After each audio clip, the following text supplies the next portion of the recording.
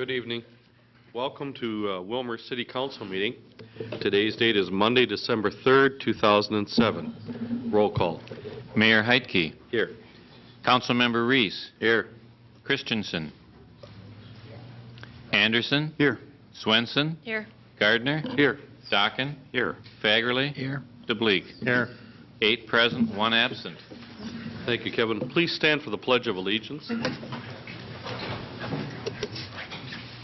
I pledge allegiance to the flag of the United States of America and to the republic for which it stands, one nation under God, indivisible, with liberty and justice for all.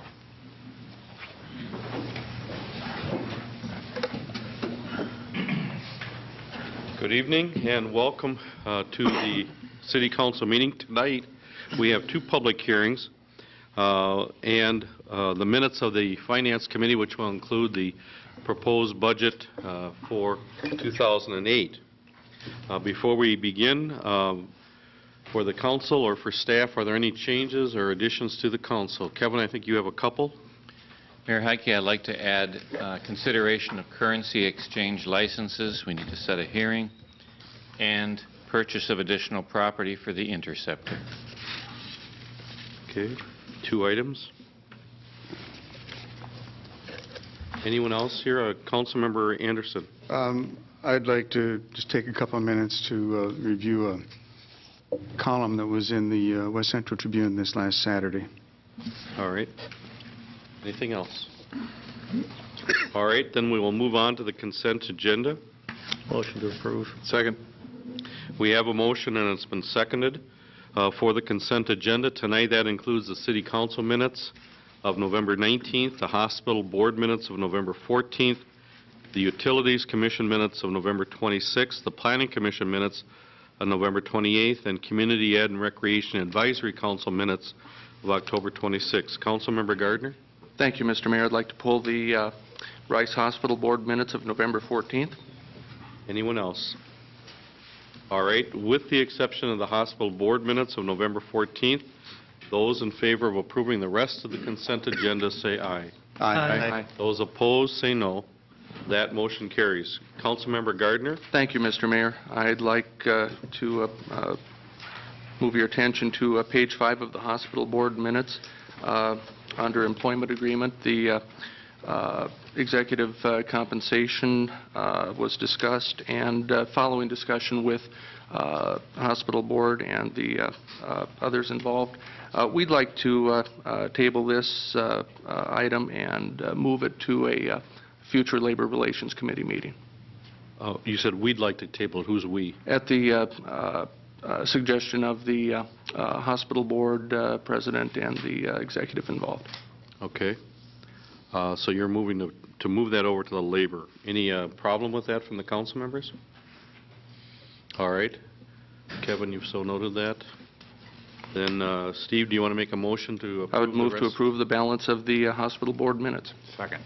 We have a motion and a second then to approve the Hospital Board minutes of November 14th with the exception of the employment agreement with the CEO. That'll be taken up later. Those in favor say aye. Aye. Opposed? That carries.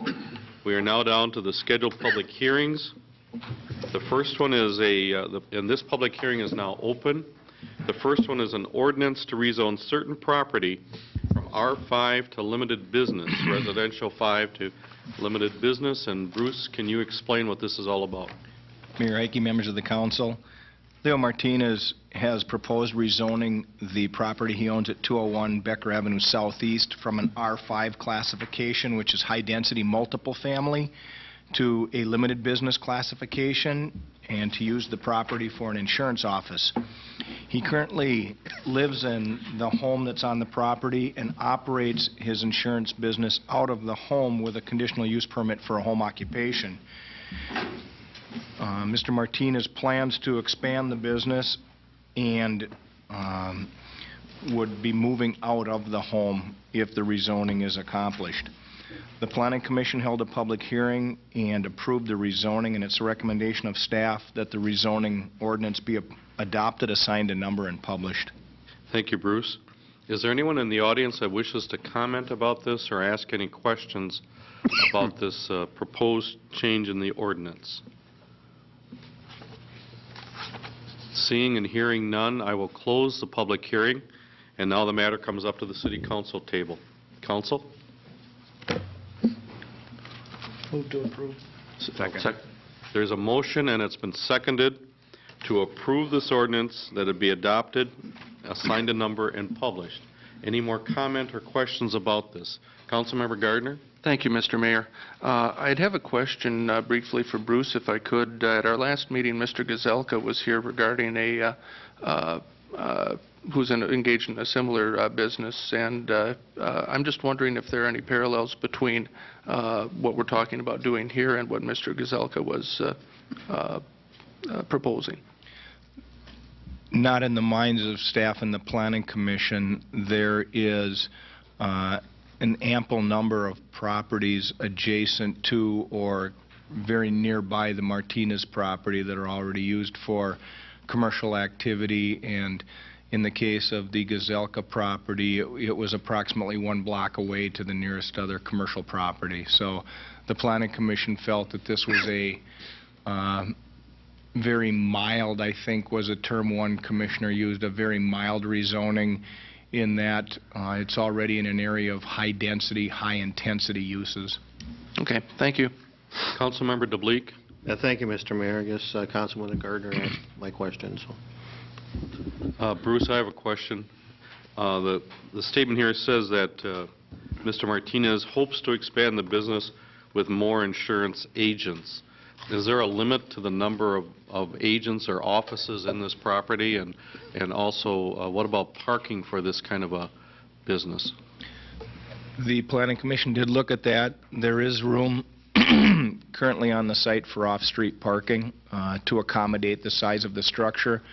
With regard to the number of agents, the size of the building will limit the number of offices that can be in the building, and the parking requirement is based on the square footage available. So the Planning Commission is of the opinion or made the determination that there was adequate room on the site for that business. But is there any provision anywhere that says how many agents could work out of this property? Because insurance by its nature is a coming and going kind of business. People don't sit in their offices all the time. They're out and about, and multiple agents could be using the same office. Is there any provision for the number of employees operating out of this property? In the limited business district, an insurance office is a permitted use, and there are no parameters established for the number of licensed agents that would be allowed or employees to be allowed on the facility or from the facility. Have we had any concerns from any adjacent neighbors at all? None.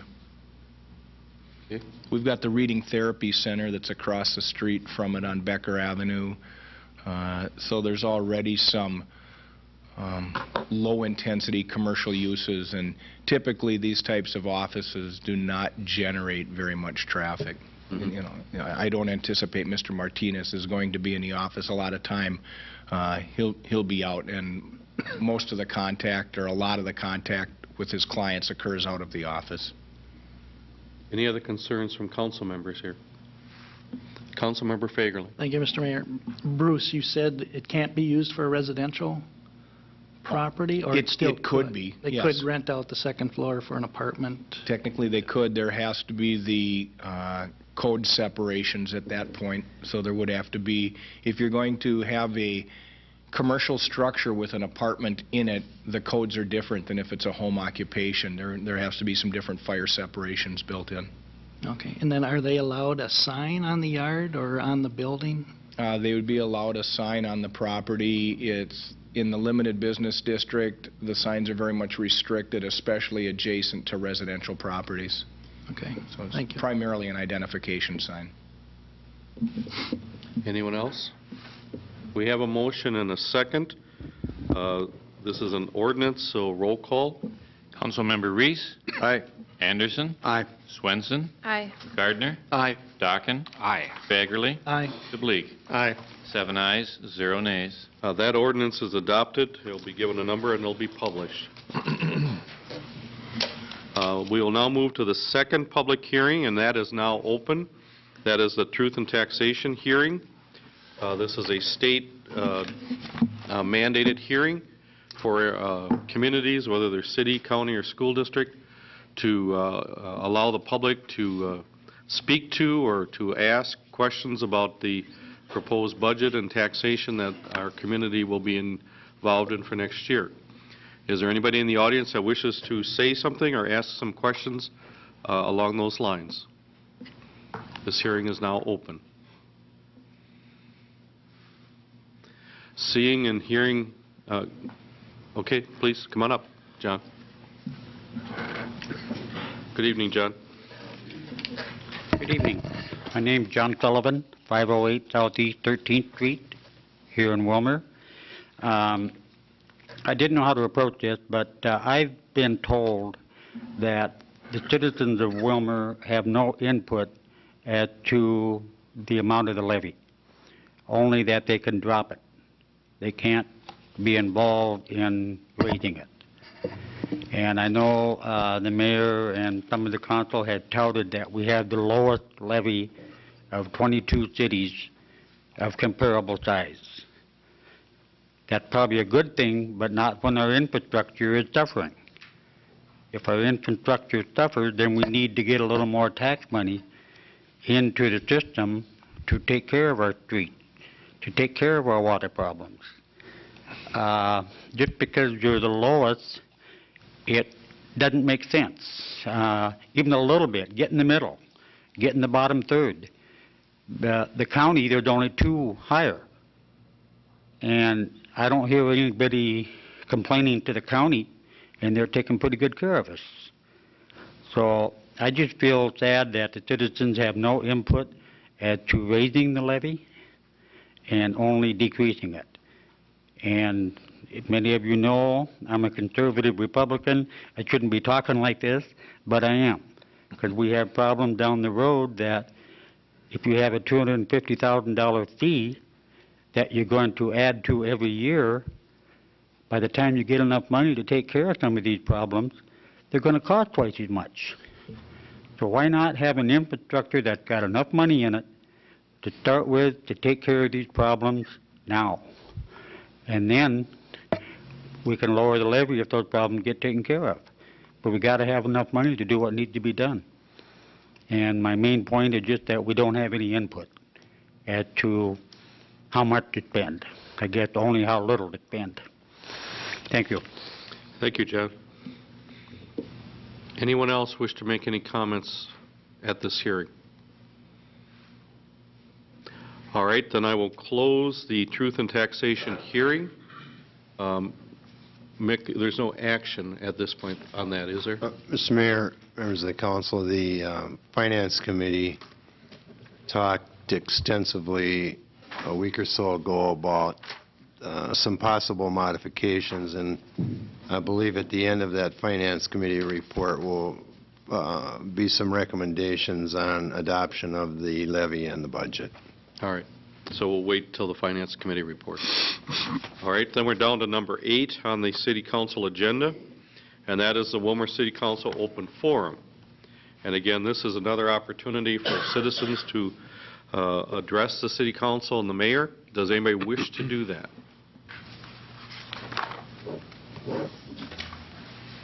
Okay, John?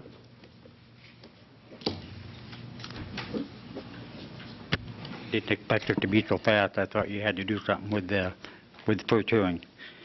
Why I'm here now for this purpose, my name is still the same, John Sullivan, still live in the same place, 508 Southeast 13th, here in Willmar.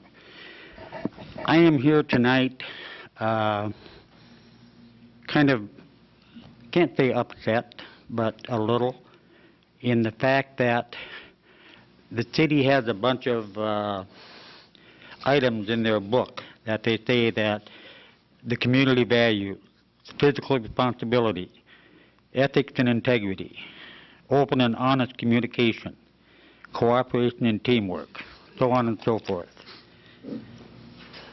Several weeks, probably a couple months ago, I wrote a letter to each one of the council members and the mayor and outlined a few things that I thought maybe should be looked at. I never received one answer from anybody, either by phone, by email, or by regular mail. So, to me, that's a good idea because I must have said something right, because nobody wanted to holler at me. The second thing that I had is that back in August, I sent a letter to the mayor and the city council of Willmar outlining something that I thought was plausible, that could be looked at. And it had to do with a city-sponsored fall cleanup with other organizations helping and assisting, be it both of our waste treatment companies that we have and other volunteers. Rapid City, South Dakota, which is much bigger than we are, has done this every year for over 40 years, and I really look forward to every year. The problem I have with what I did, that nobody got the letter. The only one that got the letter was whoever opened it at the city hall, and they gave one copy to the mayor. I had a short discussion with the mayor about that letter, and he said he talked to some of the staff that it couldn't be done because people from out of town were bringing in refrigerators or whatever they had to dump it in there. I rebutted that with wherever our dumps are, we'll have somebody there to make sure that they are from Willmar and what they're doing.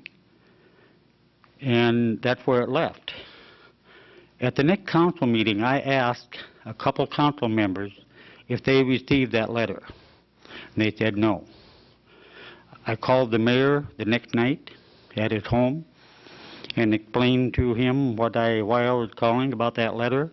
And he promised me that night on the phone that he would give every member of the council a copy of that letter.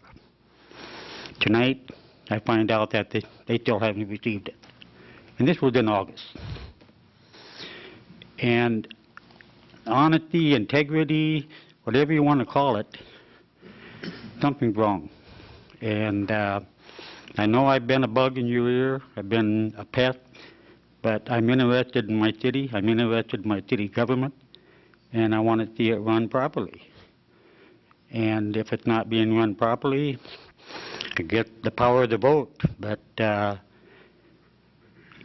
I don't envy what you guys do, but let's do it right. Let's be honest. John, before you step away, I'd like to invite you to come to before any Public Works Committee with that idea and bring it up for discussion through the committee process. The idea has some merit, but we've also had an experience here in Candioi County as recently as last summer when the County Board of Commissioners offered to accept tires at the county disposal site, and they had budgeted, I think, somewhere in the range of about $60,000, and it cost almost $100,000, way over what they anticipated. And I was told that they will not do that again because so many people took advantage of it who were not from the county. And that was another example of how a good deed can get out of control and become overly expensive to those who are granting the privilege. But if you want to, I did talk to some people about that, and I was told that in the past, when we set up the dump stations or the dump trucks, that oftentimes people came in from outside of the city with their furniture, with their refrigerators, with their belongings that they didn't want to take to the dump themselves, and dropped it in the city of Willmar. And that was the basis for not moving forward with this idea. But I'm inviting you to come to a Public Works Committee and present the idea and have it for some discussion if you wish to do that. Okay, that's fine. I appreciate that, and I probably will.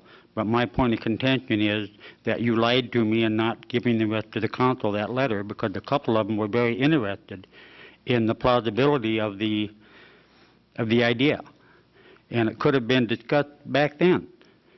I'm open to discussion, you know that, and to have it shoved under the counter and be told that something's going to be done and it's not done, because there's another letter I sent to you on August 20th to the mayor and the council. Nobody ever got that one. So I don't know what's going on. But my bone of contention is it's the honesty and the integrity and treating a citizen as a citizen. And first class, not second. So, and I understand the tire, but that's a whole different situation, the tire dump. Either they didn't police it correctly, maybe they couldn't, I don't know. But what I'm proposing, probably with a bunch of cooperation and a bunch of input, could be policed. And it could be handled properly so that we do it. So, thank you. Thank you, John. Does anybody else wish to address the council? All right. Then I will close the City Council open forum. We move on to the Finance Committee report of November 26th. Councilmember Anderson. Thank you, Mr. Mayor. The first item on our agenda was discussion of the 2008 Rice Hospital budget. CEO Massa and CFO Fensky appeared to present information regarding the 2008 Rice Memorial Hospital general operating budget. Mr. Massa explained that the 2008 budget was developed based on assumptions that were reviewed and approved in August by the Rice Finance Committee. The 2008 budget is in alignment with the approved 2005 five-year financial plan. Mr. Massa indicated that the hospital's net income for 2008 budget is $1,725,841. We had some discussion on their budget and other hospital-related matters. We thank Mr. Massa for his presentation, and we received that for information. The second item was a similar presentation on the Housing and Redevelopment Authority 2008 budget. Executive Director Gaffney reviewed with us the agency's proposed July 1st, 2007 through June 30th, 2008 fiscal year budget, and she provided an overview of projects that they administered. The HRA is requesting a 2008 $141,796 levy to support the general administration expenditures. We thanked Ms. Gaffney for her presentation and noted that the levy would be considered in the Truth and Taxation hearing and will be included in the overall levy that we'll come to in a little while. That was also for information. The third item was a report from the Municipal Utilities Commission and their 2008 budget. Bruce Gom, the General Manager, and Commissioner Mr. Bob Bonowitz were present. Mr. Gom reviewed the utilities' proposed 2008 budget and presented an overview of the proposed capital expenditures and discussed operating budgets and capital improvement program. We had some discussion with Mr. Gom and Mr. Bonowitz. We received that report for information as well. Then the next item was started the discussion of the 2008 budget. First thing that we did was the mayor provided a general overview of the city's 2008 budget. In his comments, he talked about the loss of local government aid due to the governor's veto of the omnibus tax bill. As a result, the mayor proposed an 11.63% increase in the levy, and the budget includes funding from a franchise fee on natural gas. The 2008 proposed budget is at $22,618,439. He did note that the council had set a preliminary levy of $3,383,646, preferring to use any franchise fee revenues for stormwater improvements instead of going into the general fund. The mayor noted that there are 3 projects that had not been addressed in his budget. Those were the quiet zones, flood control, and opening up the east and west ends of the downtown by the bypass. We thanked the mayor for his presentation, and then we went to work. The first item that we talked about was the franchise fee. We called on the city administrator to present details of the proposed ordinance that had been referred back to the Finance Committee, and it calls for a franchise fee on natural gas.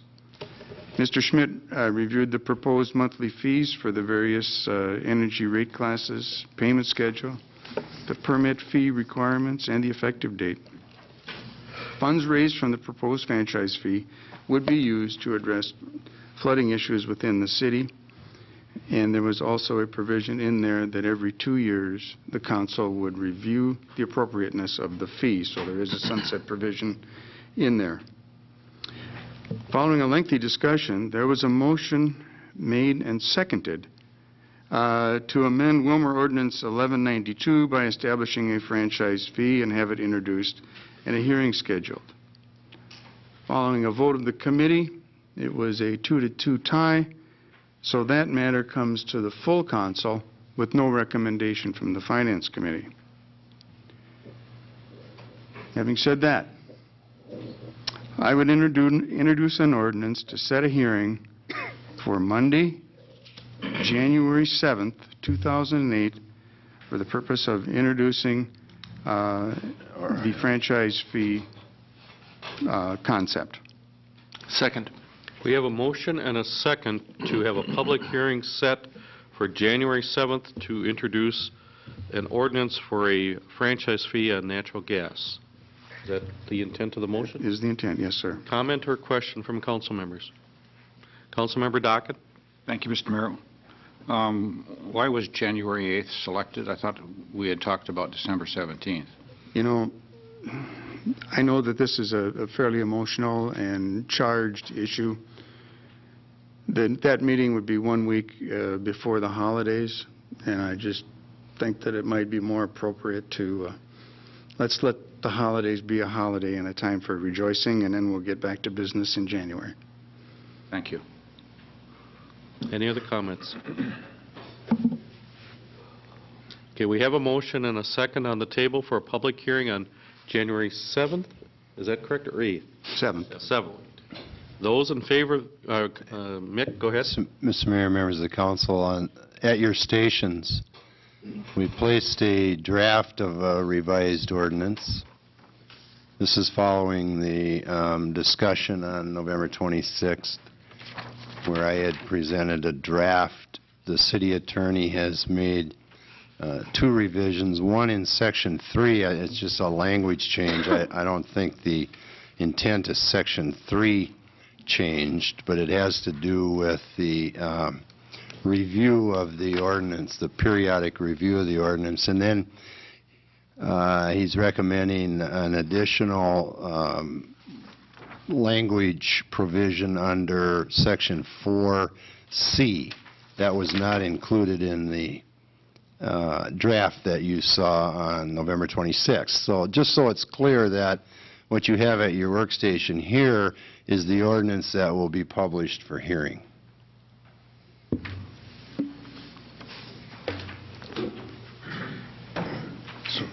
Mr. Mayor. Councilmember Reese? So you're introducing the ordinance tonight For and hearing. setting it for a hearing? Anyone else? Okay, the motion is on the table. Those in favor of introducing the ordinance and setting the public hearing, say aye. Aye. Those opposed, say no. That motion passes. Then the discussion moved on to the Willmar Public Library.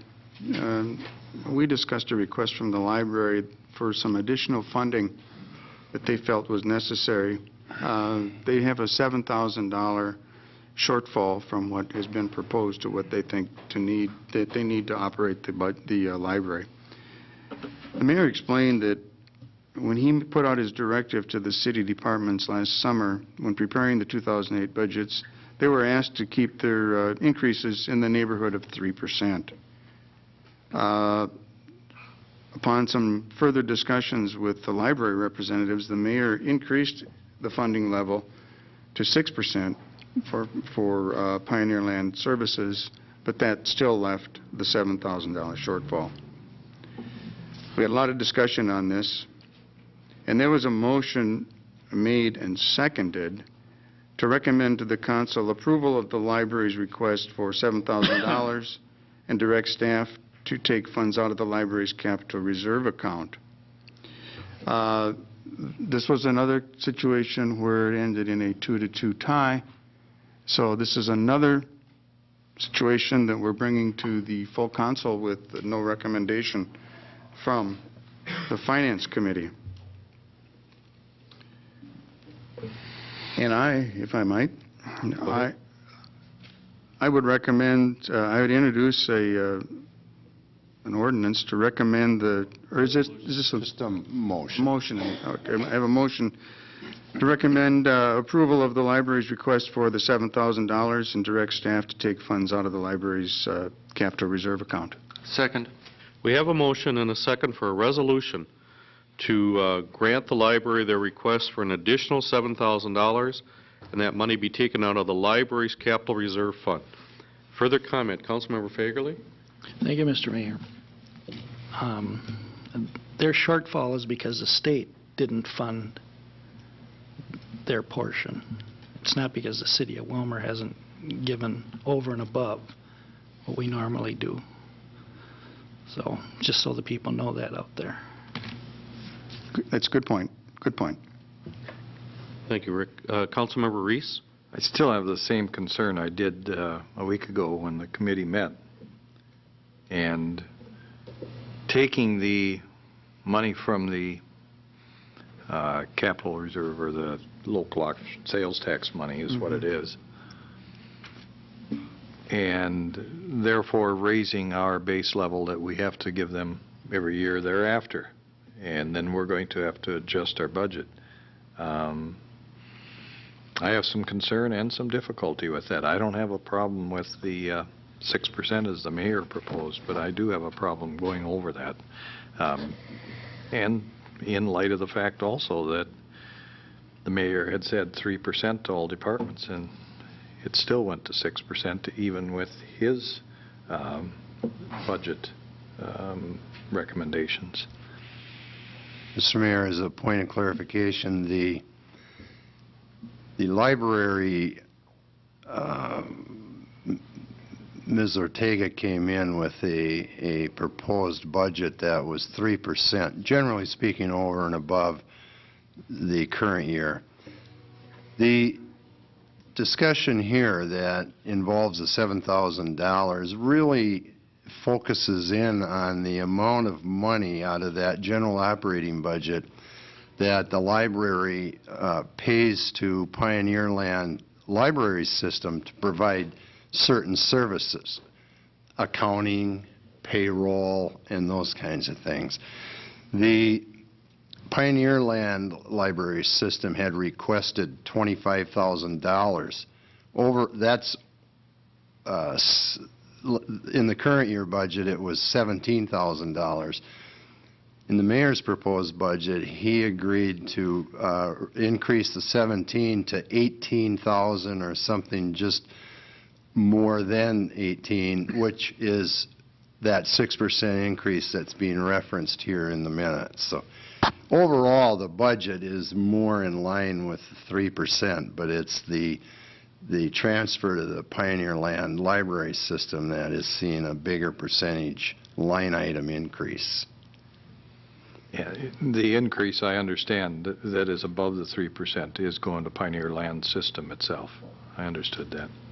But it still raises our baseline, does it not? Our maintenance of effort, yes. By $7,000.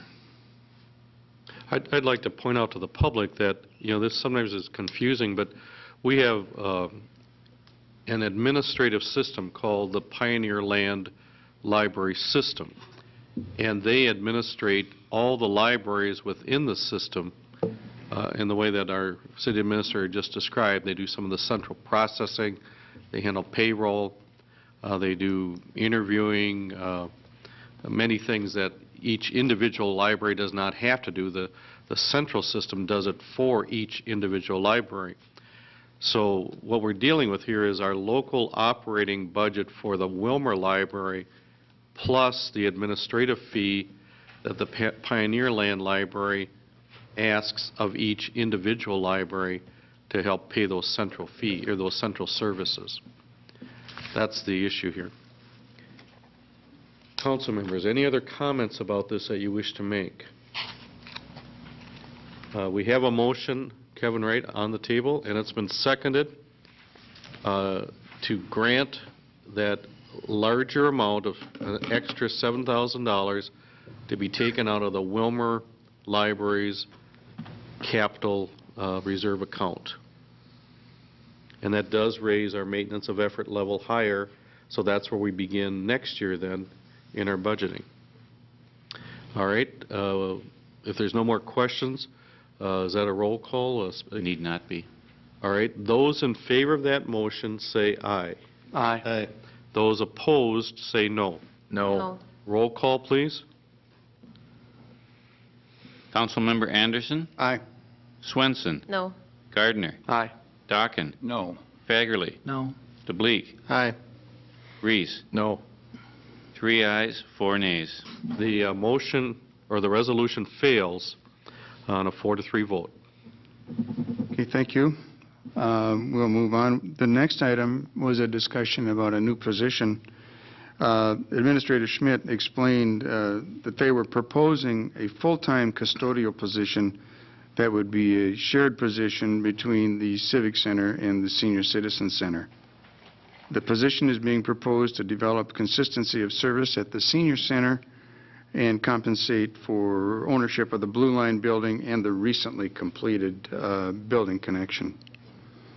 Following discussion, there was a motion made, seconded, and passed that the maintenance position be put in place.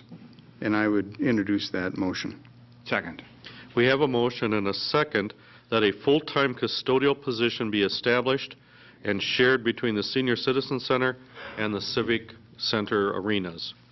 Councilmember Anderson. Thank you, Mr. Mayor. Just for clarification so that everybody maybe remembers how we're going to pay for that, I think there was some funding coming from the Park and Rec, and there were a couple of capital projects.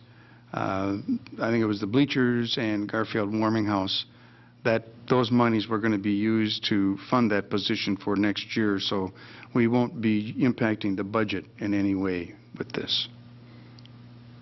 Other comments from council members? This is a roll call vote, Kevin, right? No, sir. New position? Just a motion? All right, those in favor of this motion, say aye. Aye. Those opposed, say no. The motion carries. The next item had to do with the Southwest Initiative funding. Before we started the discussion, Councilmember Gardner excused himself because he had a business relationship with that organization. Administrator Schmidt explained our history of the city participating in the Southwest Initiative Fund and the mayor's reasons for not including funding for that organization in 2008. We had discussion on that matter, but the committee took no action, so there was no further consideration needed tonight. The next item was County City Economic Development Commission lobbyist contract. Again, City Administrator Schmidt informed us that the city's been asked to participate in the costs of hiring a lobbyist to act in behalf of the city, county, and the EDC in the 2008 legislative session. The city's share of the contract would be $12,000. There was some discussion as to what we should do about this.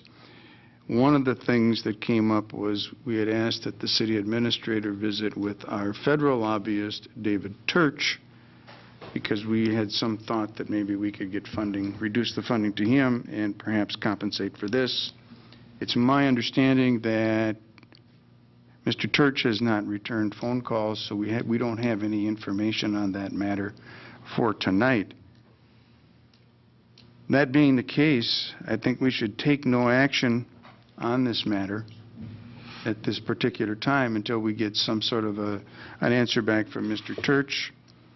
If it comes back up that we're going to be able to reduce Mr. Turch's fee, that'll be a funding mechanism. If that doesn't work, then we'll have to look for something that's already within the budget. So that's what I think we should do, and I'm open to thoughts or suggestion.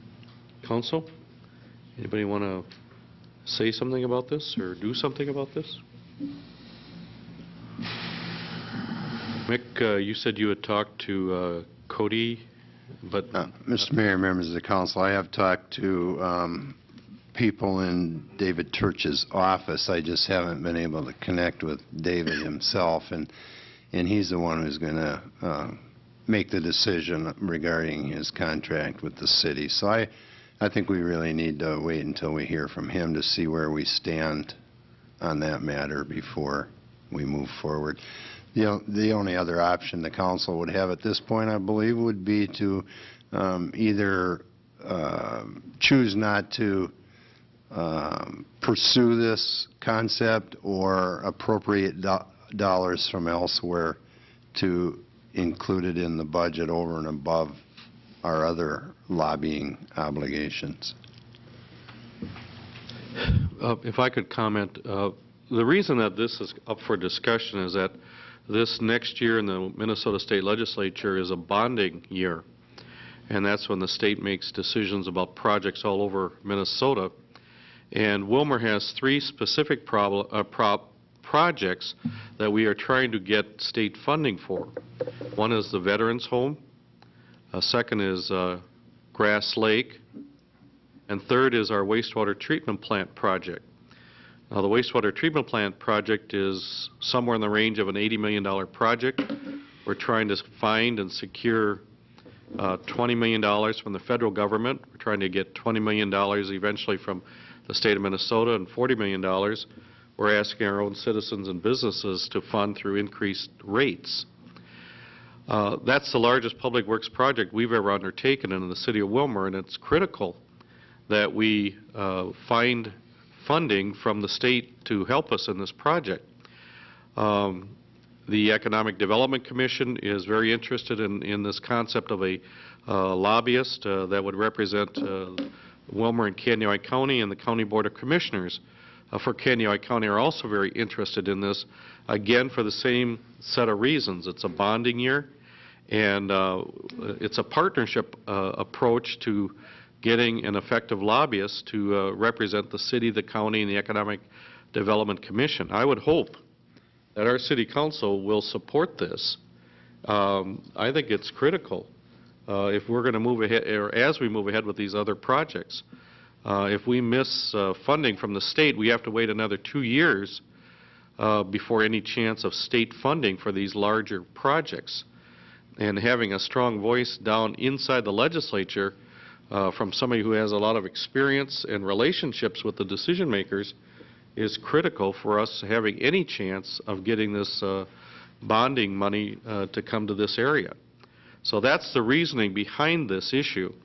And I feel that whether or not we get any help from the contract with David Turch or not, that we still find a way to pursue this and integrate this into our city budget. Now is the time to take action on this. If we delay, I think we're going to hurt ourselves strongly and may not recover that opportunity again. So those are my comments. And again, does the council wish to do anything, or do you just wish to leave it set for now and move on? Councilmember DeBleek? Yeah, Senator Anderson, did the Finance Committee identify where the money would come from other than the church contract?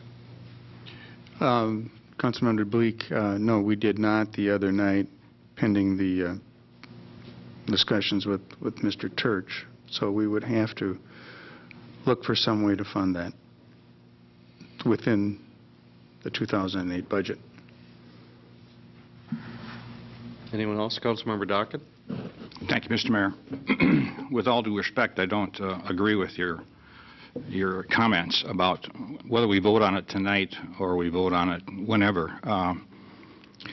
You often talk about there being 850-plus cities within our state, and everybody is looking for funds, Mr. Mayor. If we can't build a case for the Veterans Home, Grass Lake, and wastewater treatment plant meritoriously, I fail to see the legitimacy, really, of hiring someone simply because they have lots of experience to go down there and advocate on our behalf. We need to build a meritorious case on why we need the funds for these 3 projects, and that's the way it should be handled. These other cities also have projects that they'd like to be. And so are we saying that we should get a benefit from a person who has previous experience in the legislature? I'm not sure that that's the right way to approach it. Councilmember Gardner. Thank you, Mr. Mayor. With all due respect to my colleague, I think the halls of the legislature are littered with meritorious ideas that have gone down because there wasn't the necessary political backing behind them. Like it or not, the ability to have someone who has built years and years of relationships within the legislature and within the state government, it's a unique situation for this city, and frankly, I think would be foolish not to take advantage of those relationships. So much of what happens at the legislature is relational. It's not just about the merits. Councilmember Reese. I, too, Mr. Mayor, feel that each one of these projects do have their merits, and I have also spoken out in favor of maintaining the contract with Mr. Turch. However, in light of these three major projects, and the most major project that this city has ever tackled as far as when we talk about our wastewater treatment plant, the merits are there. However, to spend $12,000 to have somebody champion the efforts, somebody that has the contacts, the knowledge, the relationships that can help us as a city, I certainly am in favor of it. I'm a little bit reluctant to not have to, as I said before when we discussed Mr. Turch's contract, I'm really reluctant to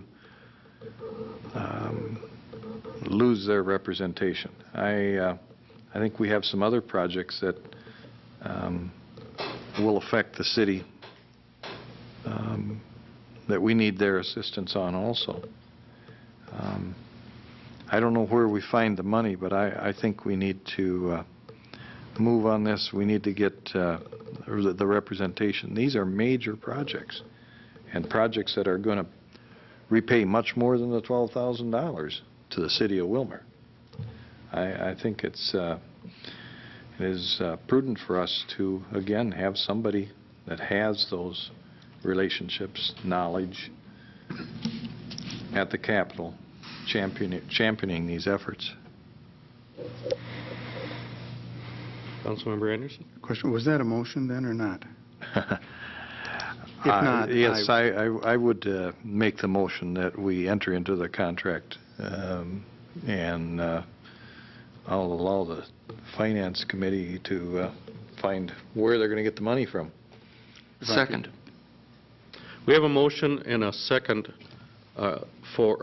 we have a motion for a resolution to contract to hire a lobbyist on behalf of the city of Willmar in the amount of $12,000, and it's been seconded to work on projects at the legislature for this city.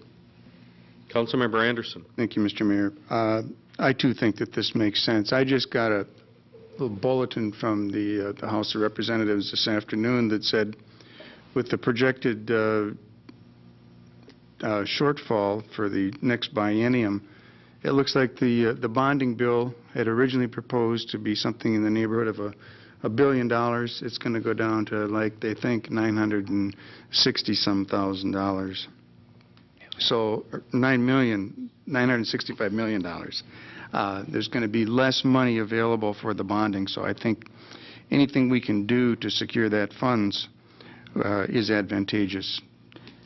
And I also think we need to make note of the fact that we are in no way shortchanging the abilities of our elected representatives in St. Paul.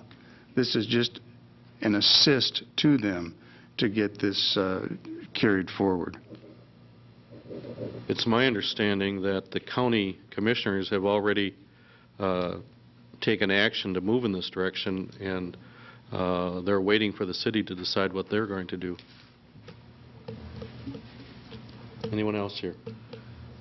Councilmember Fagerly? Thank you, Mr. Mayor. This is just a one-time shot then for 2008? That would be my understanding, that this is a 2008 one-time contract, and it would be something that would be subject to review and discussion a year from now if we thought we needed it. The next session will not be a bonding session. And then if the city does not go along with this, do you know what the county or the EDC is going to do? No, I don't. I don't know what's going to happen there. Because the city is the only one that has represented for all three of these. The county is just representing, taking money from their fund for people in the county, right? Well, the county's priority, if I recall from comments made by Mr. Falk and other county commissioners, their priority is getting Grass Lake funded. That's their target. Okay. Now, that affects the county and the city, but that's what they're focusing on as their #1 priority. And then the city, certainly, we are supportive of that because of our flood control concerns. And then we are also striving to acquire the Veterans Home, which I believe the state of Minnesota is committed to building. And we had been in kind of the #1 position for that until the recent Veterans Board was dissolved. And now it's kind of up in the air again. I think the need for a Veterans Home is still there. I just think we have to fight harder now to get, to make sure it comes back to the Willmar community. Because without the Veterans Board in place, then it's a whole new governance for that organization. And that exposes it to all kinds of political leadership all over the state. I don't think anybody doubts the merit of a Veterans Home. I think that's established, that's in place. Now it comes down to the raw politics of who's going to influence where it's going to be built. Nobody criticizes having another Veterans Home in the state of Minnesota. That's established. Now, where is it going to be built? Because with it comes 80 beds, and I'm not sure how many employees, but they're all state employees, and a needed service. The merits have been established. And Grass Lake has been partially funded already through the last bonding bill 2 years ago. So the merits of it have been established, but the funding is not yet completed because the state allocated $2 million, and the project somewhere is in the range of about $3.4 million to get it finished. And then the wastewater treatment plant, we're under a state directive to build a new wastewater treatment plant. That's established. There is no doubt about the merits for that. So although I listen to Mr. Dock, and I have to say that I don't think we have any concerns about the merits of all three of these projects. But how do you guide the money back to this community so that we can afford to do these things? And that takes hard-nosed, face-to-face lobbying by people who have influence and relationships, and that's the way the game works down there. That's what happens at the legislature. They don't just do things because, they're nice people. That's not the way it works. And if I had enough nerve, I'd call on one of our former state legislators to comment on that, but I won't do that. But that's my understanding of how things operate in the halls of the state capitol. But as a city, how do we prioritize which one we want him to work for? Well, Hardest. he works all three of them. Our #1 priority is the wastewater treatment plant. The county is Grass Lake, and the Economic Development Center is the Veterans Home. They're all three equally important. That's why we're going into a partnership to bring this about.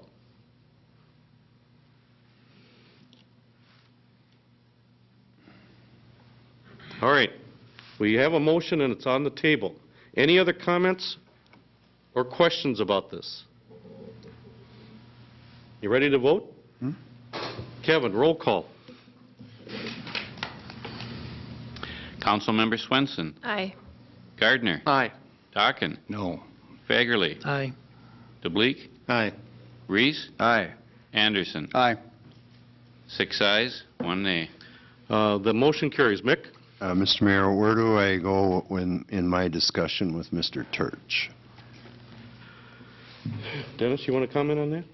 I think we still see if we can reduce any amount of funding to him. Okay. That would be my thoughts. I want to thank the council for supporting that motion. Back to you, Dennis. Thank you, Mr. Mayor. The next item had to do with one of the items that we didn't have funding for that the mayor had mentioned in his comments, and that was opening of Litchfield Avenue. We discussed that, the opening of Litchfield Avenue and both the east and west entrances to downtown, talked a little bit about the merits of that, and staff told us that this request could be incorporated into a future street improvement program. So no action taken, that was for information. In a similar note, quiet zones, the mayor and the committee and council members all expressed concerns over the matter of the noise at the railroad crossings and the need to continue working on a solution.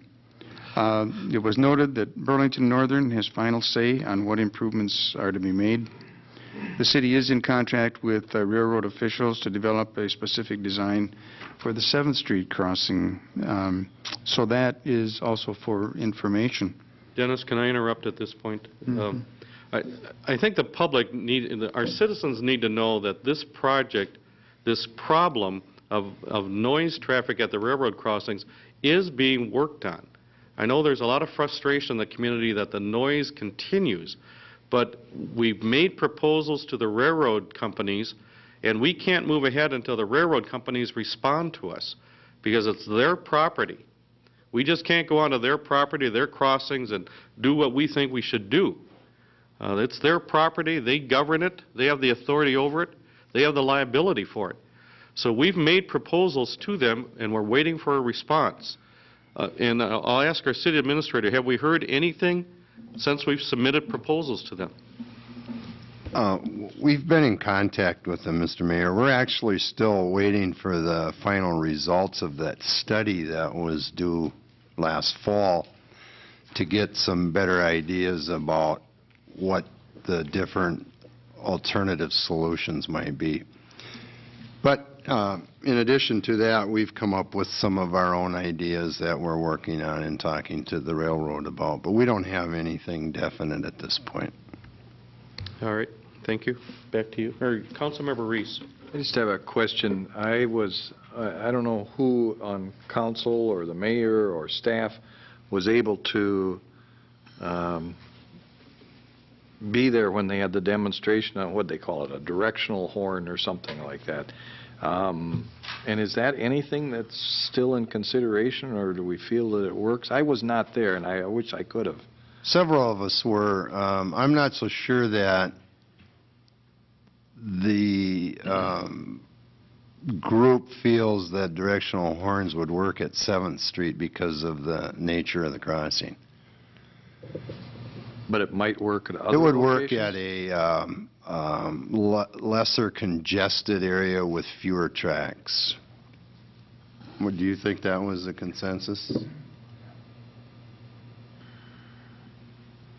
Why wouldn't it? I'm not sure I understand the difference. Well, the problem here at 7th Street is the number of crossings involved, and there's a wide gap between the first track you cross and the last, and the directional horns aren't going to solve the problem of getting or being able to weave through there. So you're still looking at double gates and possibly medians to physically prohibit vehicles from making those movements. So basically what you're telling me, within the yard itself, you don't think the directional horns would work, but when you got crossings like Lakeland Drive or floor-to-ceiling area, those types of things, it would probably work there. Trot and Willmar. Okay, all right, thank you. But what we're focusing on is trying to get something to work at 7th Street, because that's the largest and the noisiest crossing. That's our number one priority. And that's where we're still waiting for the railroads to tell us if they'll work with us. Dennis? I'm just wondering if we could have any indication of a timeline when we might get something back and be bringing it back to Public Works. I mean, is this something that we might have an answer in 3 months, or what is our time frame, would you suspect?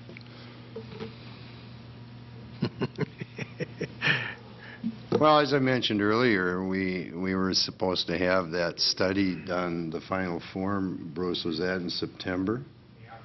We still haven't received that, and we've been in contact with this company on several occasions where we had the preliminary report in hand, but we don't have the final product yet.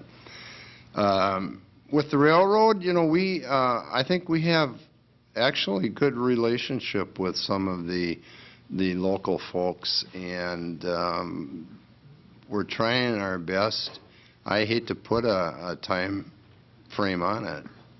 Well, let me just add, I think that we all get a little frustrated when we say, you know, we're waiting for the study and the study of this and the study of that, and it just seems like we move at a snail's pace. So anything that you can do to expedite and prod, I think, would be appropriate. Go ahead. Thank you. The next thing we talked about were some memberships and dues. We discussed the city's membership with the Coalition of Greater Minnesota Cities and the League of Minnesota Cities. We had quite a discussion on the merits of both of those organizations. It was a consensus that we conduct a council work session on the benefits to the city of belonging to these and other organizations. That was pretty much the items that we discussed. Then we have some major items to follow up on.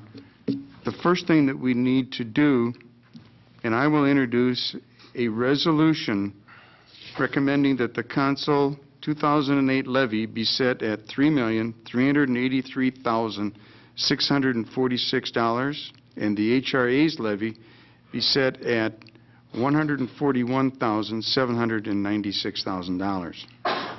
Second. We have a motion and a second to set the city's 2008 levy at $3,383,646, and also to set the levy that's been proposed by the Housing and Redevelopment Authority at $141,796. Comment or question?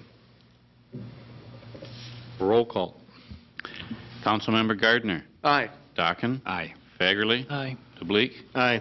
Reese. Aye. Anderson. Aye. Swenson. Aye. 7 ayes, 0 nays. That resolution passes.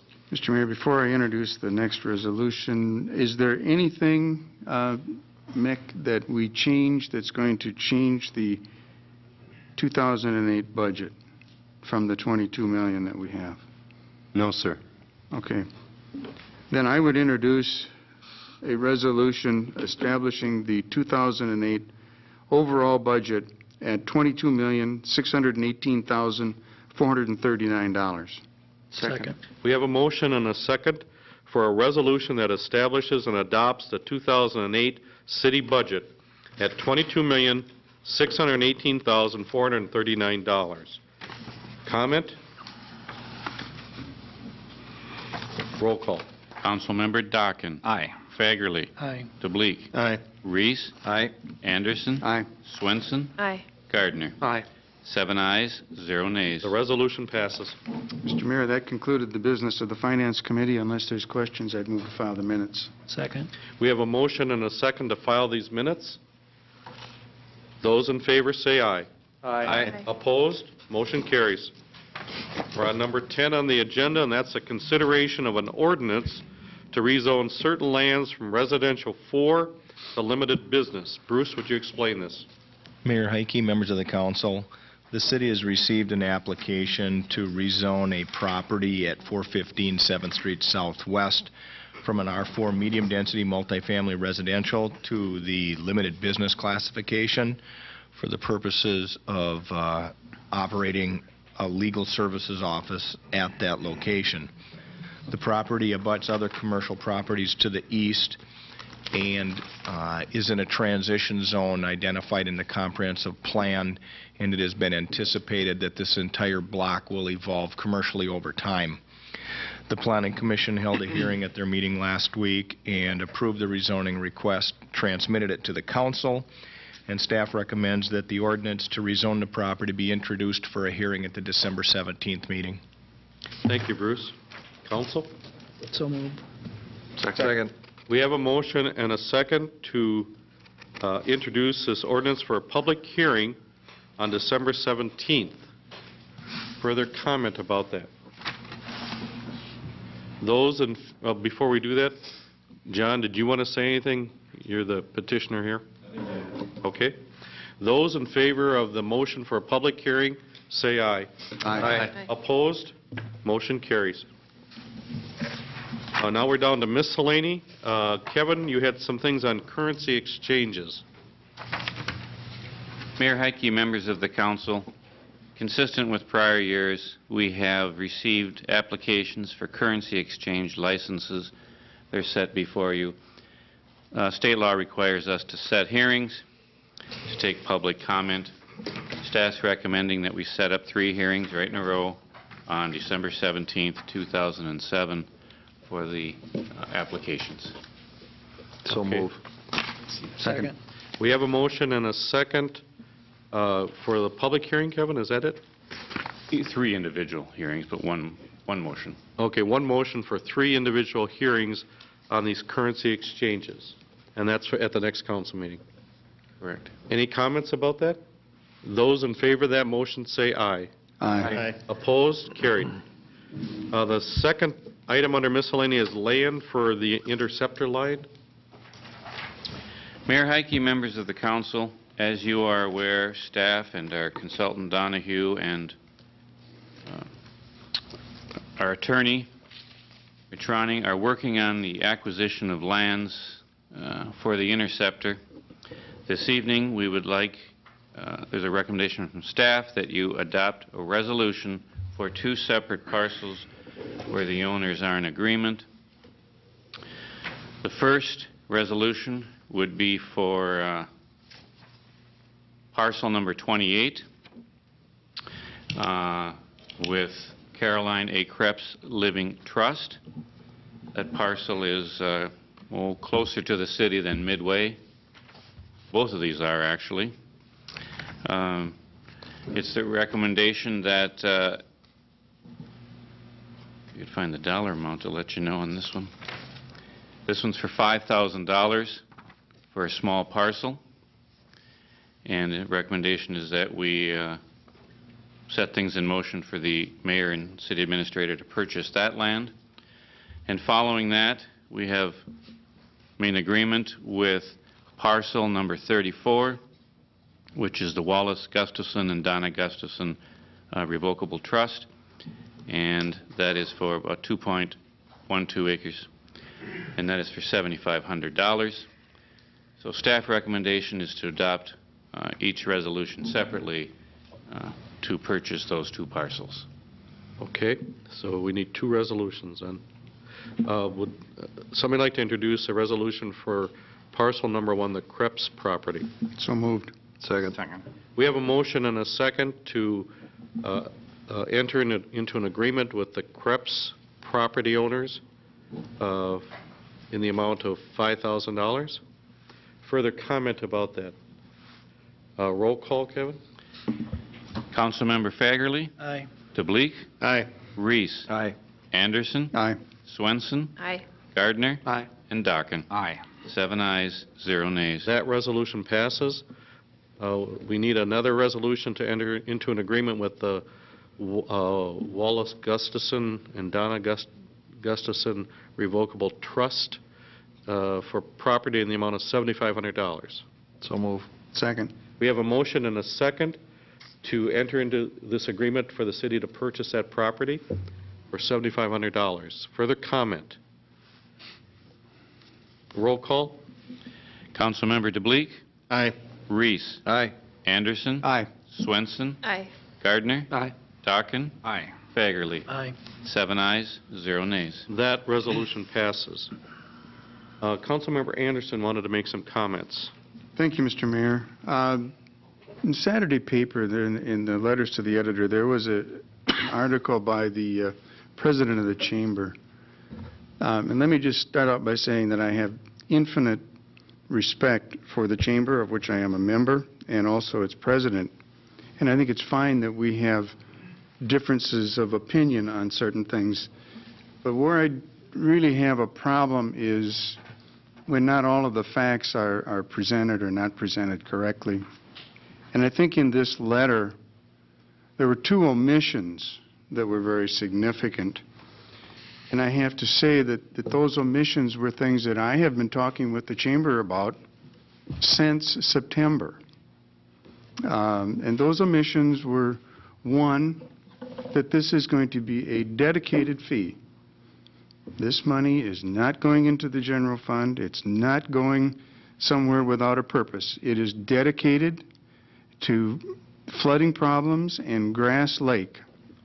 And that's a very significant omission when you don't comment on that sort of thing. The second omission was the fact that there was no comment made that this would have a sunset. It's been very clear from the very beginning that this would be sunset, and it's going to be, the language was changed just a little bit to be more clear in the ordinance as proposed, but this will be sunset, or have the option of being sunset every 2 years. And I think that it's just very misleading to the residents of the city to not present all of the facts. And I'm quite disappointed that they felt the need to put out something that was less than fully researched and explained. That's all I have to say about that. All right. I too read the article and was interested in the comments from the Chamber of Commerce president. I also am a member of the Chamber of Commerce and have been for 13 years, and I'm proud to say that.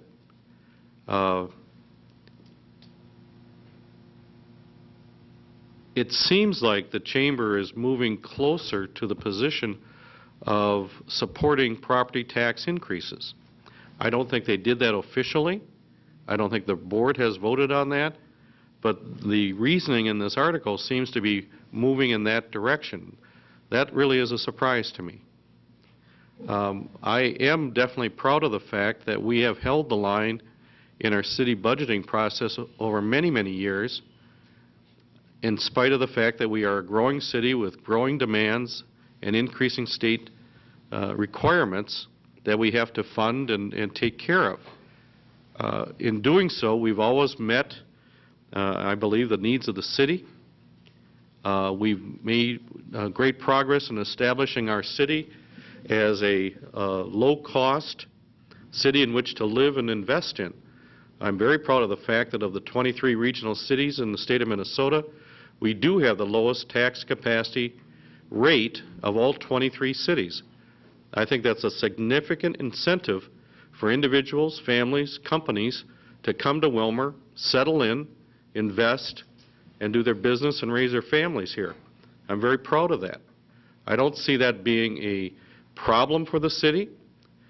We certainly could raise taxes. We could raise them a lot. But I don't think our citizens want us to do that. They want a city that's well-run, and we've had the benefit of a growing city which naturally increases our property tax base and allows us to raise taxes slightly due to new growth and development. I don't think we need to pile on taxes. It's not the direction I want to take this city in as the mayor. And this issue about the city is considering a franchise fee as though this is something totally unappealing. You know, I recall when our governor, Governor Pawlenty, raised fees all over the state of Minnesota to balance the state budget, and he was spoken about as having great leadership by his ability to balance the budget without raising property taxes, but he did it by raising fees. So locally, we've suggested a franchise fee in order to meet some targeted needs in this community, and people are chastising the city council and the mayor for proposing that. Well, they have their argument, and I think we have a good argument too. In the letter, it says the public hearing is December 17th. As noted earlier in this meeting, the public hearing is now set for January 7th. Citizens, businesses, the chamber are invited to come here and speak their mind, and then the council will vote on it. So that's what's ahead of us over the next month. There is a proposed franchise fee being developed, and we will take public opinion and public testimony before the city council votes. We welcome your participation. That's all I have on the agenda for tonight, unless there's anything else to come before the council tonight. Committee meetings. Thank you. Thank you. All right, finance. Finance Committee meeting Monday, the 10th at 4:45. January 10th, 4:45. No, December 10th. December 10th, 4:45. Public Works, Public Safety. Tuesday, the 11th, 4:45. December 11th, 4:45. Public Works, Public Safety. Community Development. Thursday, December 20th, 4:45. December 20th, 4:45. Community Development. Labor. Mr. Mayor, Labor Committee will meet on Wednesday, the 12th at 4:45. December 12th, 4:45 is our Labor Committee. Anything else to come before the council tonight? Councilmember Dockett. Thank you, Mr. Mayor. I just wanted to make the public aware of a program that I think is very interesting that it was aired today on RAC 18, and it deals with the Disabled American Veterans does a Veterans Day program at the Community Christian School, and this year our speaker was Frank Wilkins, well-known veteran from World War II, and Frank did just an outstanding job, and I think the citizens need to listen to the points that Frank made. And if I could, he talked about the fact that 450,000 men and women were killed in 45 months. That's 10,000 a month, 333 on average every day. And the sacrifices of not just the men and women that fought, but the citizens of our country. They shut down the Ford Motor Company. They produced, one figure that he used, 71,062 ships in 45 months. That's tremendous. So anyway, tomorrow, Thursday at 9 a.m., it's on RAC 18, and at 6 p.m., this coming Saturday at 4 p.m., and Sunday at 1 p.m. It's really worth watching. Thank you, Jim. Thank you, Mr. Mayor. Anything else? Yes, Mr. Mayor. Bruce? Request to be excused from the December 17th council meeting. All right. I will entertain a motion to adjourn. So moved. We have a motion to adjourn, and it's been seconded. We are adjourned.